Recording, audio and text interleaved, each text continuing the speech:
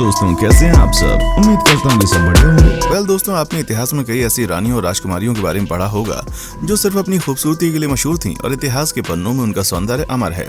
लेकिन कुछ ऐसी भी रानियां हुई हैं जो अपने क्रूर स्वभाव और अपनी कामुकता के लिए पूरी दुनिया में फेमस हुई। दोस्तों, आज हम आपको कुछ ऐसी रानियों के बारे में बताने जा रहे हैं जो विश्व की सबसे खूबसूरत रानी के साथ साथ अपनी कामुकता और क्रूर स्वभाव के लिए जानी जाती हैं।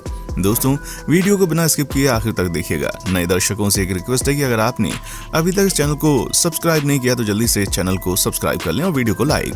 Irene of Athens. दोस्तों, आयरीन एथेंस के सम्राट लियो फोर्थ की पत्नी थी, साथ ही एथेंस की महारानी भी थी। आयरीन अपने पति के शासनकाल के दौरान सरकारी नीतियों में बहुत ज्यादा प्रभावशाली थी। सरकार के सभी नतीजों में राजा आयरीन की सलाह लेते थे, लेकिन सम्राट की असामयिक मृत्यु के कारण सिंहासन वास्तव में आयरीन के पास आ गया। इसके बाद की आयरीन का स्वभाव सबके सामने आने लगा। सत्ता मिलते ही ये रानी पूरी तरह से एथेंस को अपने कब्जे में ले लेती है। लेकिन जैसे आयरीन का बेटा कॉन्स्टेंटाइन जवान हुआ तो वो अपनी मां के प्रभाव से बाहर निकलने लगा। राजा बनाने के लिए कॉन्स्टेंटाइन ने अपनी मां से विद्रोह शुरू किया। 790 के दशक की शुरुआत में कई विद्रोहों ने उन्हें एकमात्र शासक घोषित करने की कोशिश की।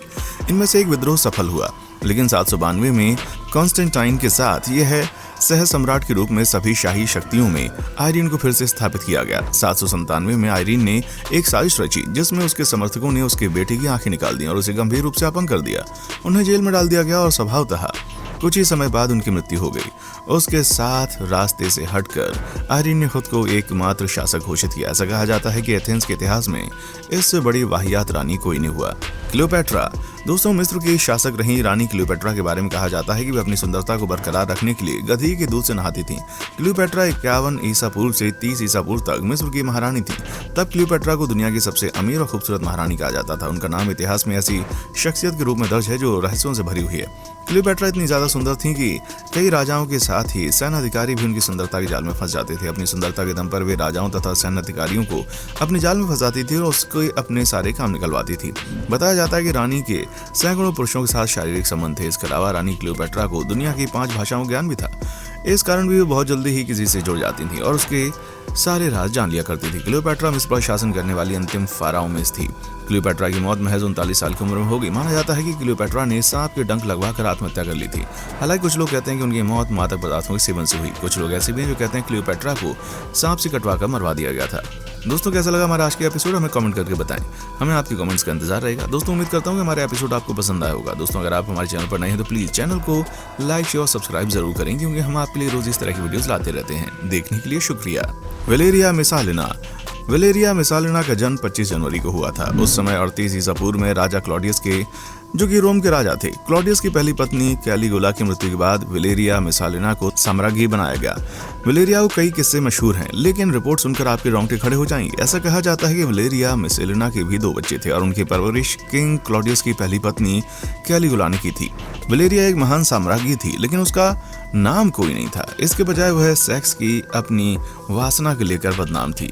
वैलेरिया मेसालिना अपनी हवस मिटाने के लिए किसी भी हद तक जाने के लिए तैयार थी। वो हर रात वेश्या के रूप में वेश्यालय जाती थी और पुरुषों के साथ यौन संबंध बनाने के लिए उसका अपना एक अलग शौक था।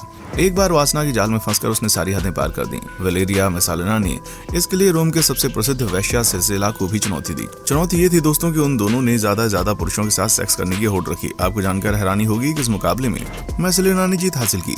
उसने प्रतियोगिता में वेश्या को हराया। 24 घंटे 25 पुरुषों के साथ में सेक्स किया। वैलेरिया ने प्रतियोगिता जीतकर साबित कर दिया कि वो सेक्स के लिए कितनी दीवानी है और सेक्स के लिए किसी भी हद तक जा सकती है। प्रतियोगिता में वैलेरिया ने 24 घंटे के अंदर 25 पुरुषों के साथ सेक्स किया और इसे अपने नाम कर लिया। वैलेरिया के बारे में किस्सा भी मशहूर है कि उसने और उसके प्रेमी ने उसके पति यानी किंग क्लॉडियस को मारने की योजना बनाई थी, फिर भी वो इसमें सफल नहीं हो सकी और रानी वैलेरिया मेसालिना का राज राजा के सामने खुल गया। उसके बाद रानी वैलेरिया मेसालिना को आत्महत्या करने का आदेश दिया गया। इस रानी को इतिहास की सबसे ज्यादा कामुक रानी माना जाता है। Diane de Poitiers. दोस्तों, डायने डी पोइटियर्स का जन्म 9 जनवरी 1500 को हुआ। वे एक फ्रांसीसी रईस और प्रमुख दरबारी थी। राजा हेनरी द्वितीय की शाही रखेल और सलाहकार के रूप में उनकी मृत्यु तक उनके पास बहुत शक्ति और प्रभाव था। उसकी इस स्थिति के कारण उसने बहुत से धन कमाया। भले ही वे राजा के रखेल के रूप में काम करती थी, लेकिन उनकी हैसियत किसी रानी से कम नहीं हुआ करती थी। उस समय उन्होंने अपनी धन, अपनी प्यास और सब कुछ बहुत अय्याशी में लुटाया। उसके सामने डायना डी पोइटियर्स के बड़ा कोई रईस नहीं था। ऐसा माना जाता है कि राजा के अलावा भी कई अन्य लोगों से अवैध संबंध रखती थी, लेकिन राजा को उसके ऊपर इतना विश्वास था कि किसी की भी बात मानने को तैयार नहीं थे, जिसके कारण डायने डी पोइटियर्स की जिंदगी और भी आयशी से गुजरती रही। Bloody Mary. दोस्तों बात तब की है जब इंग्लैंड की राजगद्दी पर साल 1509 से 1547 तक हेनरी के हाथों में हुआ करती थी। राजा हेनरी कई पत्नियां और एलिजाबेथ व मैरी नाम की 2 बेटियां थीं। इनमें से मैरी राजा की पहली पत्नी की बेटी थी। राजा हेनरी को मैरी ज्यादा पसंद नहीं थी, इसलिए वो उसके साथ बुरा व्यवहार करते थे। मैरी महल के नौकरों के साथ महल में काम करती थी और अगर मैरी कुछ भी कहते तो राजा उसकी कोई बात नहीं मानते थे। साल 1547 में जब राजा हेनरी की मौत हो गई तो प्रजा की इच्छानुसार 16वीं शताब्दी के दौरान हेनरी की पहली बेटी मैरी को इंग्लैंड की राजगद्दी दे दी गई। वो इंग्लैंड की रानी बन गई। उस समय इंग्लैंड के हालात बहुत अच्छे नहीं थे। इंग्लैंड कैथोलिक और प्रोटेस्टेंट इन 2 धर्मों के बीच में बटा हुआ था। उस समय दोनों धर्मों के लोगों के बीच जंग छिड़ी हुई थी। रानी मैरी चाहती थी कि पूरे इंग्लैंड में सिर्फ एक ही धर्म हो, लेकिन लोगों ने उसकी ये बात मानने से साफ इनकार कर दिया। इससे नाराज होकर रानी ने उनकी बात न मानने वाले लोगों को मौत की सजा दे दी। वो ऐसे लोगों को जिंदा भी जला देती थी। रानी मैरी की इस क्रूरता की वजह से इंग्लैंड के लोग उससे नफरत करने लगे। ऐसा भी कहा जाने लगा कि रानी मैरी कुंवारी जवान लड़कियों के खून से नहाती थी। उसका मानना था कि उनके खून से नहाने से वो ज्यादा दिनों तक जवान रह सकती है। कुछ साल बाद मैरी ने शादी कर ली और कुछ समय बाद इंग्लैंड में खबर आई कि रानी मैरी गर्भवती है और जल्दी उनके राज्य को एक नया राजा मिल जाएगा। इस बात से सभी लोग खुश हुए, लेकिन उस समय रानी मैरी के साथ बहुत अजीब घटना हुई। उनके गर्भ से किसी भी बच्चे का जन्म नहीं हुआ, बल्कि कुछ महीनों के बाद रानी मैरी का पेट फिर से सामान्य हो गया। वहां के ओछा लोगों ने अपनी तंत्र विद्या से बताया कि रानी मैरी गर्भ में कोई बच्चा नहीं बल्कि एक भूत आकार निवास करता था। कुछ समय बाद फिर से रानी मैरी गर्भ में वही भूत आकर रहने लगा और वो फिर से गर्भवती हो गई। एम्प्रेस एग्रिपिना। दोस्तों रोमन महारानी जूलिया एग्रिपिना, जिन्हें एग्रिपिना द यंगर के नाम से भी जाना जाता है, 15 से 59वीं ईस्वी तक जीवित रहीं। जर्मेनिकस स्वीजर और विप्सनिया एप्रिगिना की बेटी जूलिया एप्रिगिना सम्राट कैलिगुला या गयुस की बहन थी। उसके प्रभावशाली परिवार के सदस्यों ने एग्रिपिना द यंगर को एक ताकत बना दिया, लेकिन उसका जीवन विवादों से घिरा रहा। 28 ईस्वी में एग्रिपिना ने ग्रेयस डोमिटियस अहेनोबार्बुस से शादी की। 40 ईस्वी में उनकी मृत्यु हो गई, लेकिन उनकी मृत्यु से पहले एग्रिपिना ने उन्हें एक बेटा, जो अब कुख्यात सम्राट नीरो था, उसको जन्म दिया। एक विधवा के रूप में थोड़े समय बाद उसने अपने दूसरे पति गैयुस सल्टियस क्रिस्पन पाइनियस से 41वीं ईस्वी में शादी की। केवल 8 साल के बाद भी उसे घातक रूप से जहर देने का आरोप लगाया गया। उसी वर्ष 49 ईस्वी में जूलिया एप्रिगिना ने अपने चाचा सम्राट क्लॉडियस से विवाह कर लिया। संग पहली बार नहीं हो सकता जब एप्रिगिना एक अनाचारपूर्ण संबंध में शामिल थी। यह भी अफवाह है कि जब उसने अपने सम्राट के रूप में सेवा की तो उसने कैलिगुला के साथ यौन संबंध बनाए। ऐसा माना जाता है कि ये अपने काम निकालने के लिए किसी से भी यौन संबंध बना लेती थी। क्लियोपेट्रा। दोस्तों मिस्र की शासक रही रानी क्लियोपेट्रा के बारे में कहा जाता है कि वे अपनी सुंदरता को बरकरार रखने के लिए गधी के दूध से नहाती थीं। क्लियोपेट्रा 51 ईसा पूर्व से 30 ईसा पूर्व तक मिस्र की महारानी थी। तब क्लियोपेट्रा को दुनिया की सबसे अमीर और खूबसूरत महारानी कहा जाता था। उनका नाम इतिहास में ऐसी शख्सियत के रूप में दर्ज है जो रहस्यों से भरी हुई है। क्लियोपेट्रा इतनी ज्यादा सुंदर थी कि कई राजाओं के साथ ही सैन्य अधिकारी भी उनकी सुंदरता के जाल में फंस जाते थे। अपनी सुंदरता के दम पर वे राजाओं तथा सैन्य अधिकारियों को अपने जाल में फंसाती थी और उसके अपने सारे काम निकलवाती थी।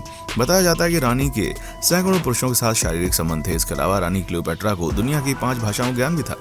इस कारण भी वो बहुत जल्दी ही किसी से जुड़ जाती थी और उसके सारे राज जान लिया करती थी। क्लियोपेट्रा मिस्र पर शासन करने वाली अंतिम फाराओं में थी। क्लियोपेट्रा की मौत महज 39 साल की उम्र में हो गई। माना जाता है कि क्लियोपेट्रा ने सांप के डंक लगवाकर आत्महत्या कर ली थी। हालांकि कुछ लोग कहते हैं कि उनकी मौत मादक पदार्थों के सेवन से हुई। कुछ लोग ऐसे भी हैं जो कहते हैं क्लियोपेट्रा को सांप से कटवाकर मरवा दिया गया था। दोस्तों कैसा लगा हमारा आज का एपिसोड, हमें कमेंट करके बताएं। हमें आपके कमेंट्स का इंतजार रहेगा। दोस्तों उम्मीद करता हूं कि हमारा एपिसोड आपको पसंद आया होगा। दोस्तों अगर आप हमारे चैनल पर नए हैं तो प्लीज चैनल को लाइक शेयर और सब्सक्राइब जरूर करें, क्योंकि हम आपके लिए रोज इस तरह की वीडियोस लाते रहते हैं। देखने के लिए शुक्रिया।